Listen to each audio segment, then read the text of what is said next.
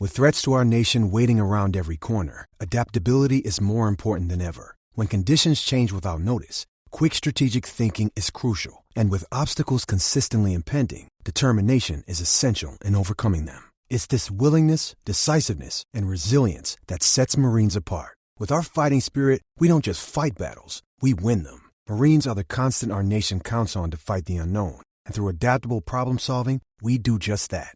Learn more at marines.com. Getting engaged is a moment worth cherishing. A one-of-a-kind ring that you design at Blue Nile can help your love sparkle. Just choose your diamond and setting. When you've found the one, you'll get it delivered right to your door. Finding the right engagement ring can be nerve-wracking. At Blue Nile, you'll have the expert guidance needed and a diamond guarantee that ensures you're getting the highest quality at the best price. Cherish all of life's moments and save up to 30% at BlueNile.com. That's BlueNile.com. Judy was boring. Hello. Then Judy discovered ChumbaCasino.com. It's my little escape. Now Judy's the life of the party. Oh, baby, mama's bringing home the bacon. Whoa, take it easy, Judy.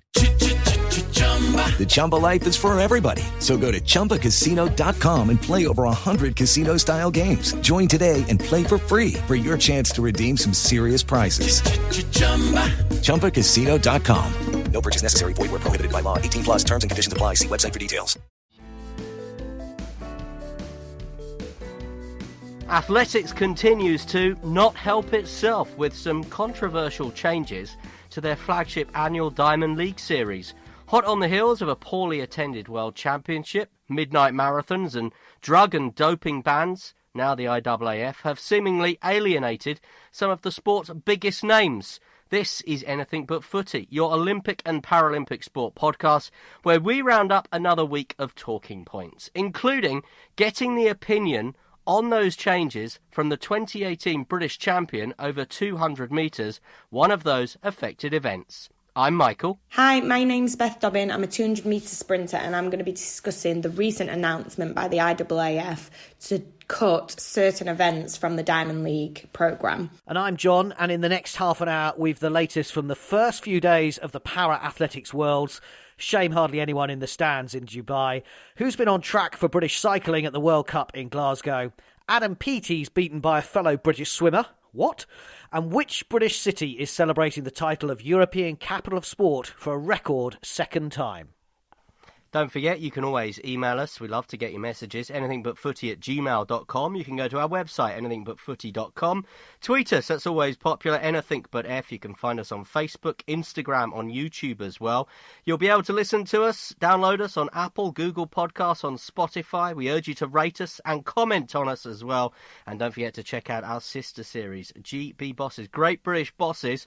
And we've spoken to the people in charge of table tennis, badminton, swimming, gymnastics and fencing as far as sport in this country is concerned. We've got a 6th episode, the last in the present series, coming your way very soon. Make sure you look out for that one as well. GB Bosses, Great British Bosses, from Anything But Footy. But as John says, let's start with a big talking point of the week and the IAAF announcement over the future of their Diamond League series. They've announced this week they're going to be cutting some disciplines. Well, they announced in the past they were going to be cutting some disciplines.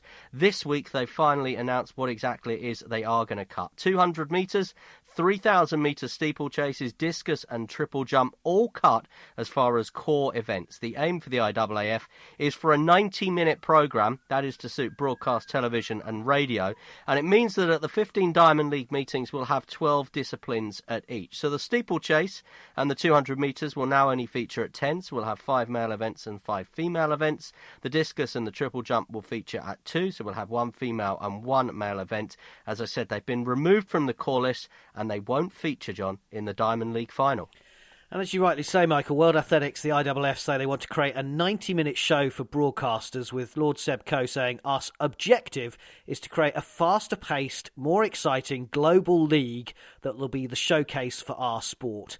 And if you don't know what the Diamond League is, because, you know, it's not something that maybe gets televised on BBC or terrestrial television on a weekly basis, it is, you know, kind of the Premier League for athletics. So it's the weekly or fortnightly competitions right through the summer in cities cities right across the UK, Europe, the world, as we saw in Doha as well. So it's kind of like, where the athletes do their week in, week out, trying to get times with the opportunity to also qualify for major championships. So this is a big thing, and you can understand why the athletes are disappointed.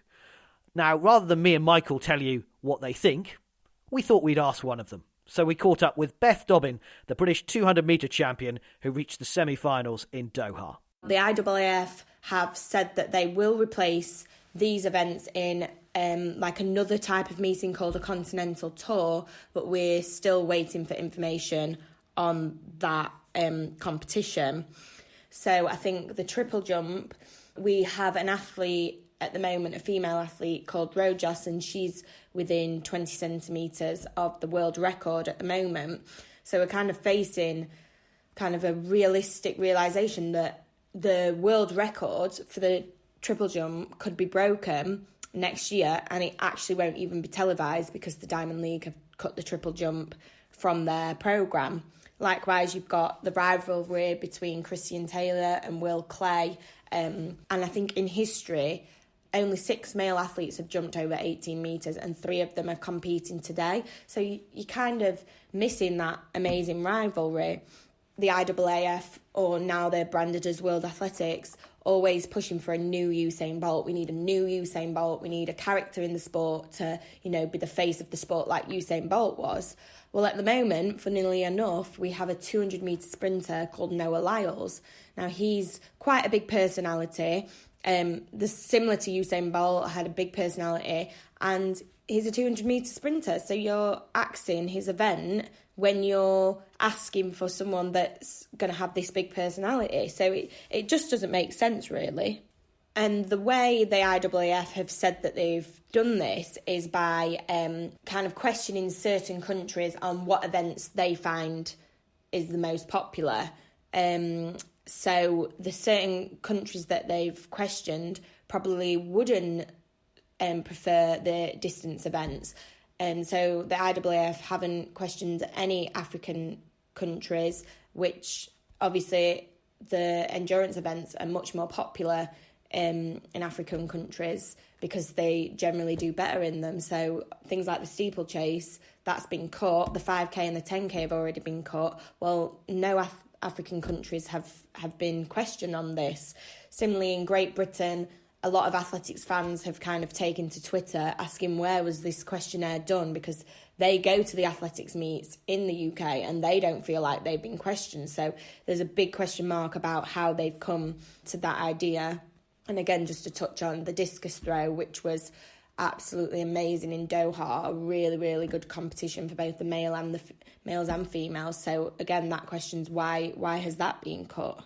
Now, if it is people being questioned who have been to athletics events or have watched it on TV, the triple jump and discus in particular are often shown in the pre-programme, which means they don't even make the 2-hour slot that the Diamond League is given on TV. So obviously they're going to be voted less popular if they're the start of the programme, because if it's in the stadium, not that many people will be there. And again, if it's on TV, that the pre-programme won't make the cut for the TV. So that's going to have an effect. And the IAAF have basically said that they want to cut that 2-hour slot that we have down to 90 minutes. Now, with that, there's the question of where's the 90 minutes come from? Who's plucked that figure out of? Probably thin air. And also, if you're taking less events out and cutting the time out, surely it's going to be the same amount of action. What they've said, or what Seb Coe has said, is that he wants a fast-paced 90-minute burst of action. Well, if you've taken out 5-6 events, it's not going to be any faster pace. It's going to be the same pace, just on for a short amount of time. And I find it really hard to believe that people can't sit down and watch something on the TV for more than 2 hours, especially in athletics when things are chopping and changing all the time. You know, the Tour de France goes on for weeks. People watch tennis for hours on end. Football matches are long. Rugby matches are long.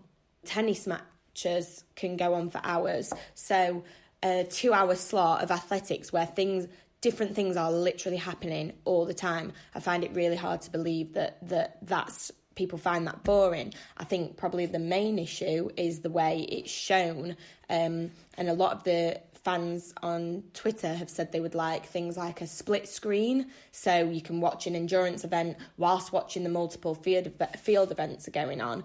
And in particular, certain broadcasters have a lot of studio chat, so a lot of kind of athletics fans are against that because we just want to watch the athletics. So I think the issue isn't how long it's being shown for, it's how the IAAF or whoever's broadcasting it is displaying it. So, Michael, Beth makes some really, really good points there. Standing out for me in there, really, they say they want rivalry and competition in athletics, and she talks about the triple jump men's competition, the women's triple jumper who's listed as one of the female athletes of the year. Next year, you won't even see her in the world in the Diamond League. And Noah Lyles, the next Usain Bolt, his actual event is cancelled. I mean, it seems crazy. Yeah, it does, and other big names affected. Dina Asher-Smith, potentially, of course, world champion, over 200 metres, and Christian Taylor as well. And Christian Taylor, the triple jumper, who lists himself as a 2-time Olympic champion, a 4-time world champion, and a 7-time Diamond League champion. He said it's damaging the sport. He says it harms unity and diversity. And he wants to say on how the sport is run from an athlete's point of view. So he has promoted this new association, the Athletes Association, the Athletics Association. He wants to lead this, and we've got lots of big names joining up already. But it's interesting, isn't it, that Christian Taylor feels the athletes should have more of a say on how the sport is run. Who runs the IAAF? Lord Coe, who's a former athlete, and John Ridgen, who's the chief executive, is a former athlete. They should know, surely, but they are set, they are hung up, they are obsessed, I think, with this idea of creating some kind of product for television. But why? And they think that that has to fit into 90 minutes. But where's that come from? Well, I don't know. I guess because someone somewhere has gone, well, 90 minutes is the length of a game of football. And game of football works well on television and everyone wants to watch it. So we should try and replicate that with athletics. It's the latest sort of bit of muck that's being thrown at the wall as far as track and field is concerned. They've tried various different stagings of different events. They've tried different attempts at doing things. We obviously had that big event in London, which they bizarrely staged at the same weekend as the F1 Grand Prix and the Wimbledon finals. They tried to do something a bit different there. And this is what this is. But I think they've got this one completely and utterly wrong. And I think what they've done, worst of all, is one, they've alienated fans of specific disciplines, because if you're an athletics fan, you want to watch 100 metres, 200 metres, 400 metres, 800 metres, 1500 metres, etc. If you want to watch field events, you want to watch a long jump, a high jump, a triple jump, a discus, a javelin, a hammer, whatever. But most importantly, they have upset the athletes, and the athletes are now looking, in the same way we've had in darts, for example, at forming their own rival tour. And that, for me, would be the end of the sport, nearly. Yeah, and we'll hear a bit more from Beth on that in a moment. So the Diamond League, they obviously need broadcasters' money, and they need broadcasters to carry it for their sponsors. So money is part of this, but a 90-minute event, as Beth said, rugby lasts longer than that. Football lasts actually longer than that, as we well know. What about VAR? What about split screens? Actually, people want to watch stuff when they want to watch it now. So what about YouTube channels with just one feed on the long jump pit, or give people coverage of what they actually want, rather than, it seems like a 1970s thing. Let's produce a 90-minute programme all wrapped up. It's like highlights. It's like match of the day without actually the competition going on. It's like Seb Coe and others remember that the 80s heyday, where you watched an hour of athletics on ITV, and then if you so desired, you switched over and watched the second hour on Channel 4. And it's as if they're trying to kind of recreate that. I don't know whether 90 minutes is the right time. They've done their research. They've done research in China, France, South Africa, the USA. They've surveyed in Belgium, Great Britain and Switzerland. The problem for me with the Diamond League... Not Africa. Not Africa, not America. The problem for me with the Diamond League, you just don't know when it's on. When we were growing up, it was the Golden League. It was on a Friday night. Whether that's the right night for it, I'm not sure. But I think if you had a series of Diamond League events and they were every Thursday evening, a bit like a Champions League night They all kick off at 8 o'clock in the evening in the UK, whether that's 9 o'clock in wherever, or 10 o'clock in Moscow or whatever. But if you have a schedule which is set and it's appointment to watch, appointment to listen, I think you'd go a long way to getting people buying into it. At the minute, you've got London Diamond League, which is a 2-day event. You've got this anomaly that this country hosts Birmingham and London, but you've got other big countries missing out. You do go to some of the big countries, the traditional countries like Helsinki and Zurich as well. They're obviously trying to spread the word and taking it to other nations and territories which haven't got the track record, excuse the pun, of hosting athletics events. But you simply don't know when it's on. You don't know who's in it. You can't follow a narrative. There's no stories to follow over the season. Of course it's failing. I mean, you mentioned Noah Lyles. Adam Jamili tweeted a kind of really gif with a very strange question mark, the British champion, of course. Daphne Shippers, former world champion as well, saying, confused. The latest Diamond League research shows the 200 metres is one of the most popular disciplines, and now it's not included? Seriously, question mark? And we mentioned Christian Taylor as well. So let's go back to Beth. Beth Dobbin, the British champion, 200 metres, says there's a lot of unhappy people. We've mentioned some of them there. Athletes and spectators as well. And she says this decision could be a game changer for the sport, and not the way Seb Coe or the IAAF think. Obviously, it does have a lot of implications financially. Athletes can't make money if they're not going to be at the event. And also the IAAF have introduced a ranking system, which means certain competitions are worth more points than others. Well, if certain athletes can't get into the Diamond League because their event's been cut, how is that going to affect their ranking system? There has been a bit of uproar in the athletics community. So multiple Olympic and world champion Christian Taylor, who does the triple jump, has taken to Twitter to set up an athletes association to voice these views that we all have, because I've seen a lot of negative comments about this. I think I've only seen one positive one out of hundreds and hundreds, and it's from a retired athlete. Christian Taylor is kind of trying to boycott this, and a lot of athletes, including current world champions, are with him on this. We're willing to kind of almost boycott the Diamond League or whatever it takes to say to the IAAF or World Athletics that we're not going to stand for this. And it's seen kind of even Adam Peaty has got involved, and he's nothing to do with athletics, he's a swimmer. So for him to notice this is going on, it's obviously spread to the mainstream media. Finally, the biggest kind of implication that athletes are worried about is if you're going to cut it from a Diamond League, does that mean it's then going to be cut from the Olympics in the future? So that's what athletes are kind of worried about at the moment. But I feel like with this boycott that Christian Taylor's leading, hopefully this decision can be reversed. So, Michael, the Diamond League, supposed to be the best of the best, the pinnacle of athletes competing week in, week out. How can you have some world champions not there? How can you split up athletics? It's like the beginning of the end, isn't it? If you're not saying some athletics events are not as good as the others, that means athletics is not as good as other sports, in my opinion. That's what they're saying.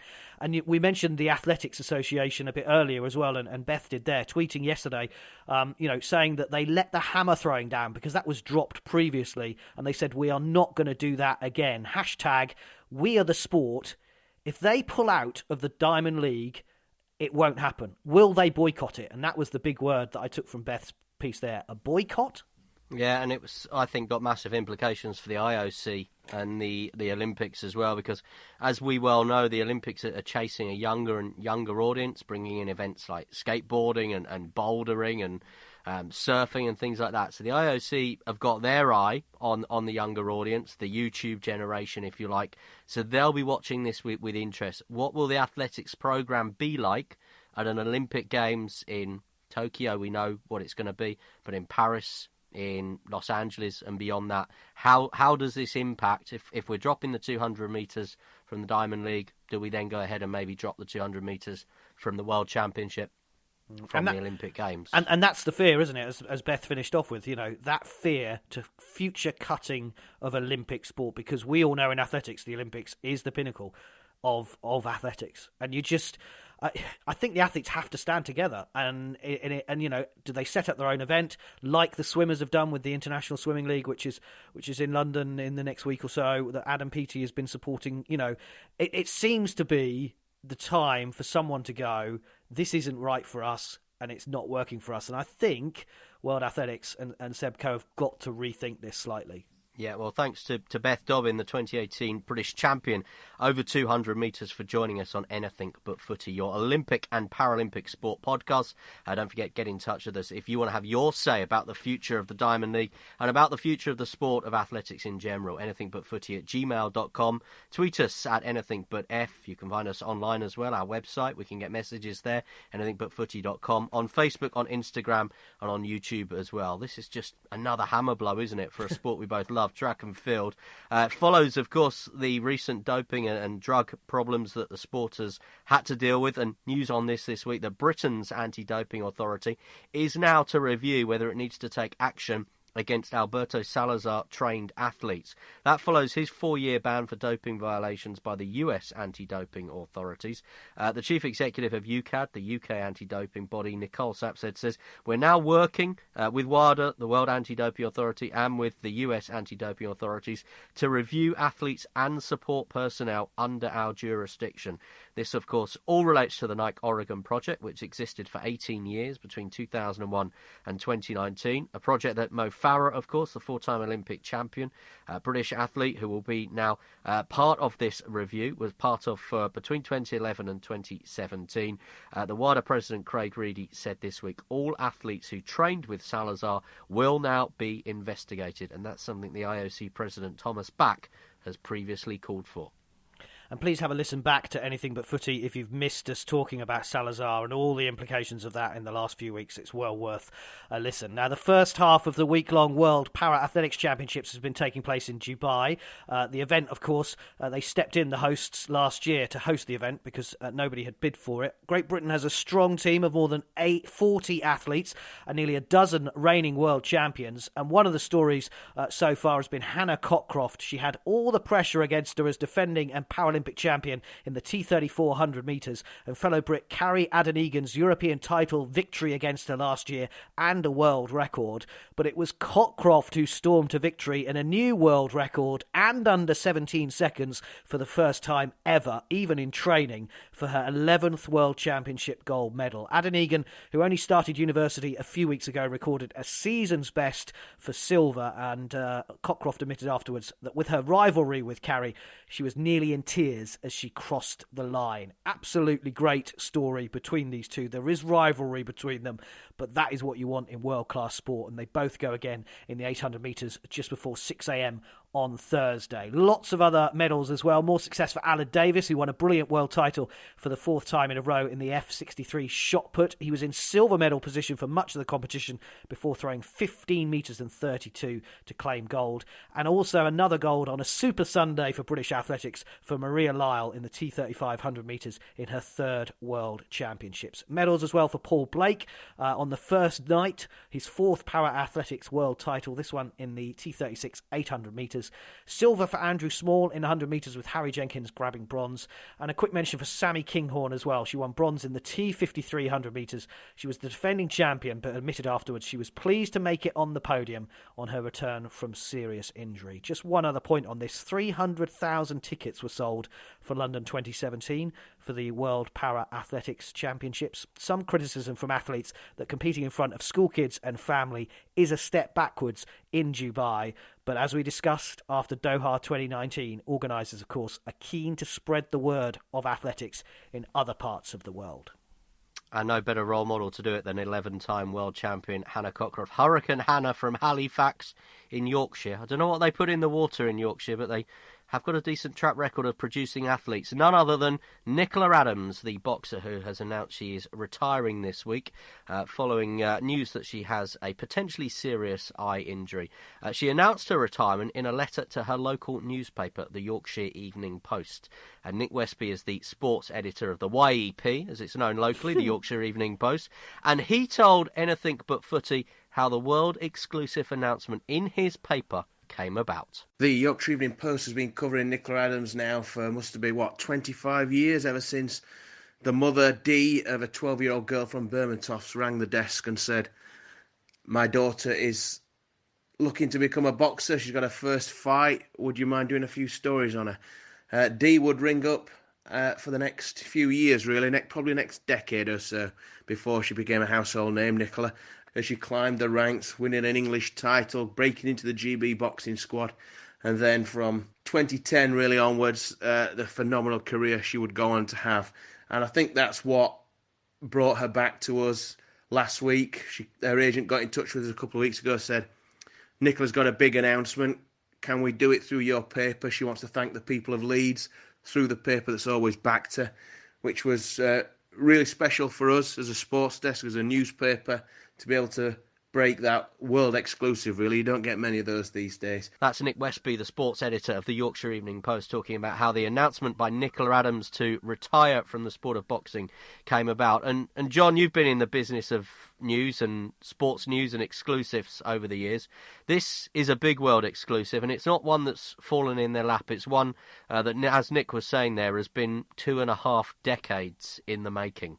I tell you what, it shows the character of Nicola Adams that she didn't forget where she'd come from, and I know that Nick made that point, really, that and we see it so often, and athletes have been supported from the early days of their careers right through by the local paper, and it's just great that she has given them this world exclusive, because the world of media has changed in the 20 years I've worked in it. Exclusives are what people are fighting for. You're trying to get column inches in the papers, you're trying to get a tweet, you're trying to get a retweet, you're trying to get a headline on the 10 o'clock news. That is what it's all about, and boy, that was a great way to do it. And I thought that it was the right decision for her, and it shows the class of her, as a double Olympic champion, the first ever female boxer in Olympic history, the first British boxer since 1924 to defend her Olympic title in Rio as well, and then to turn professional and do what she's done, and then announce her retirement as well in that way. Absolutely well done to her. Let's hear a little bit more now from Nick Westby, the sports editor of the Yorkshire Evening Post, the journalist who you can probably say knew Nicola Adams best of all over the years. He put her career and achievements in context for us. As a career in itself, Nicola Adams has got to be one of the, for me, great female sporting careers in British Olympic history. Obviously, the first woman to win an Olympic boxing gold medal, certainly the first to retain one when she did in Rio, but she was continuously punching through glass ceilings in her career with those two Olympics, the Commonwealth Games, the final world title, and then having a world title awarded to her just in July in the professional ranks. I think that will probably have helped make her mind up about whether, the time is right now for me to move on. So incredibly proud to have her in Leeds, have her in our patch. Such a genuine person, such a really nice person. I had the good fortune, as you did, Mike, to be down there at London 2012 covering her, and she really did light up the black hole that was the XL Arena. Her smile, that beaming, radiant smile, the dancing feet, the alley shuffle, and those ferocious fists. She was a phenomenal sight to see. Real special talent. Personally, I'm just glad I got to play a small part in chronicling that for the Yorkshire Evening Post in 2012 and thereafter, and also that we were able to play a part in following her career and chronicling it from the age of 12 all the way to the very end at 37.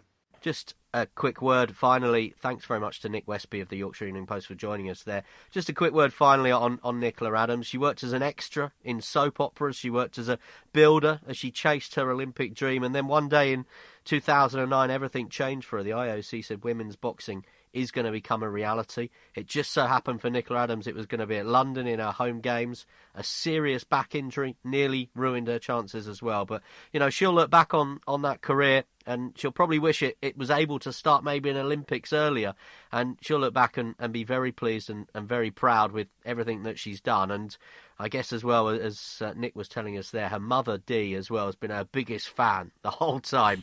Always supported Nicola Adams. And that support from family, John, as you and I know, when we go abroad to some of these major events, and there's not many people there, and you referenced it, of course, with the para-athletics at the minute, it's that support from family and friends, certainly in the early days, that gets you through.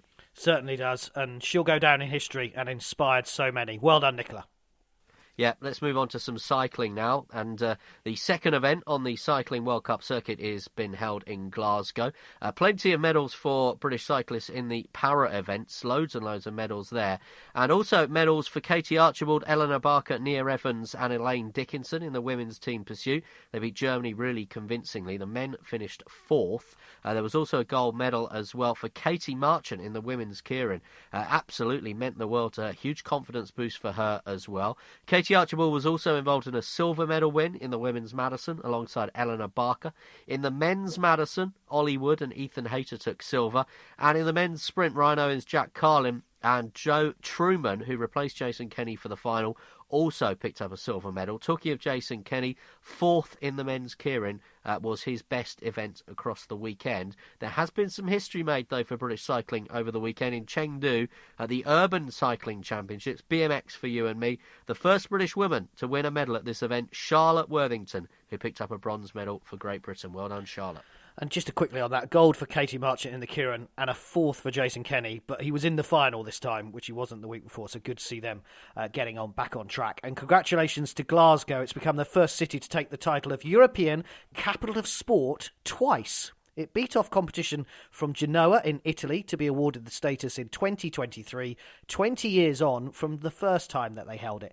And it will coincide with the first ever UCI Cycling World Championships. And we've mentioned this before on Anything But Footy, where all the cycling and paracycling events on the track, road, mountain and BMX will take place together for 2 weeks in August. So from 2023, the UCI Cycling World Championships will be held every 4 years in each pre-summer Olympic year, and over several weeks the host city will become the true cycling capital of the world. To Glasgow, congratulations again. Yeah, we've got Birmingham and the Commonwealth Games in 2022, but I think if the Olympics were to come back to these shores in John and my lifetime, aside from London, which I think could step up and host the Games again, I think Glasgow is probably the second best positioned city right now in the United Kingdom if we were to try and stage the Olympic Games again. Talking of the Olympic Games, table tennis, of course, is an Olympic sport, and it will be a Paralympic sport as well, of course. England, though, have lost to Chinese Taipei in the quarterfinals of the Team World Cup. Remember, England did win a medal last year. England were the last European nation left in the draw. They beat the host Japan fantastically on the opening day in the group stage. Japan did end up qualifying. They joined Chinese Taipei, China, and South Korea in the last four. But it's credit to Liam Pitchford, Paul Drinkle, Tom Jarvis, Sam Walker and Gavin Evans making his debut, and just goes to show some of the strides that we are making in this country to try and get table tennis at the top table. You see what I did there, John? Another strong week for British badminton. I'm speechless. Another strong week for British badminton as they continue their bid for Olympic qualification spots at the China Open, the latest round of the Badminton World Federation World Tour. And Rio bronze medalists Chris Langridge and Marcus Ellis made it through to the quarter-finals, beating one of the Chinese pair in the last 16 of the men's doubles. Again, performing above and beyond before losing 21-10, 21-13 to Japanese pair Komura and Sonoda. And congratulations to Alice Tighe, someone we met recently at the UK Sport National Lottery 25th birthday celebrations in Stratford. We'll have more news on that for you in due course on Anything But Footy. Alice has beaten Jack Law and Adam Peaty to be named British Swimming's Athlete of the Year. The 7-time para-swimming world champion got a standing ovation. She described it as an honour. And just to put that in some context for you, this was the year, of course, that Adam Peaty became the first person in history to break that 57-second barrier in the breaststroke. Alice was also named Paraswimming's Athlete of the Year. And Sky Brown and Alex Takuna, the British frontrunners to represent Team GB in the first ever Olympic skateboarding competition in Tokyo, are back in action this week, looking to bag more points for Olympic qualification. The World Skate 5-star open street and park skateboarding event is in Rio, and it's the first global competition in season 2 of the qualification series. 11-year-old Sky Brown is currently ranked 3rd in the world after her World Championship bronze. 22-year-old Takuna is currently ranked 30th in the world and will be competing in the street skateboarding event. He's just a few points off the Olympic qualifying group. Good luck also to Jordan Thackeray, Alex Halford and Sam Beckett are in action for Great Britain in the male park event. And if you want to have your say on anything we've discussed on Anything But Footy this week, maybe you want to have your say about the changes to the Diamond League, you want to pay tribute to Nicola Adams, tell us where you were when she won her Olympic gold medal in the XL Centre in London in 2012. If you want to talk about Jason Kenny's chances of being on top of the Olympic podium again, or send your congratulations to Alice Ty for being British Swimming's Athlete of the Year, you can email us anythingbutfooty@gmail.com. You can tweet us at anythingbutf. You can find us on Facebook, on Instagram, on YouTube.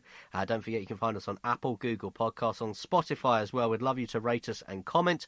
And just another plug as well for our sister podcast, Great British Bosses. We have another episode coming your way very soon.